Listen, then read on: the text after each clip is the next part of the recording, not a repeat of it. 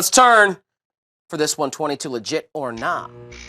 Tim, will stay in the association because Bucks shooting guard Khris Middleton says he's optimistic he will return this season despite no timetable currently set for his recovery from surgery for a torn left hamstring.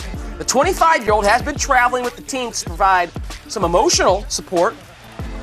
So how will things look, once he's back on the court? Because Giannis is playing at a high level at 39. Jabari Parker is playing some really good hoop right now. Legit or not, Khris Middleton's return makes the Bucks a top 3 seed in the East. I'm going to say nah, but I think it makes them a top 6 team in the East, and that's the spot you want to get. If they get a 6 seed, you could win your first round series. You get a 5 seed, you could win. A 4, you can win. I think a 3 is a little unrealistic at this point, but last year, Khris Middleton averaged 18 points a game. Good shooter. Now, I do think there's going to be a little bit of a process of blending him back in because now the Bucks have established roles, right? Jabari's going to get 20-plus shots. Giannis is going to have the ball in his hands, and everyone else is just kind of going to fend for themselves. Now, Khris is going to want to come in and get his looks, try to get his 18 points a game.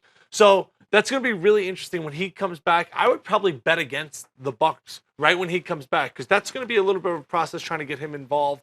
But if he goes back to what he was and those other 2 guys were able to grow in his absence, they need to make the playoffs this year. That's a must because maybe a free agent looks and goes, wow, Khris Middleton's 25, Giannis is 22, Jabari's 21.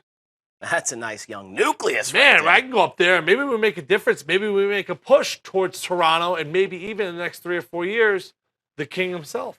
Yeah, I think the stock is pointing up for Milwaukee. We saw that they're 9th right now in the standings, but only 2 games behind the Boston Celtics, who are 3rd in the East. That's how bunched it is from 9 to 3 there in the East. And you're probably right, 3 is probably a little ambitious. Yeah, they have them 7 here. They're 14 to 15 Okay, with the win now. tonight, they move up to 7.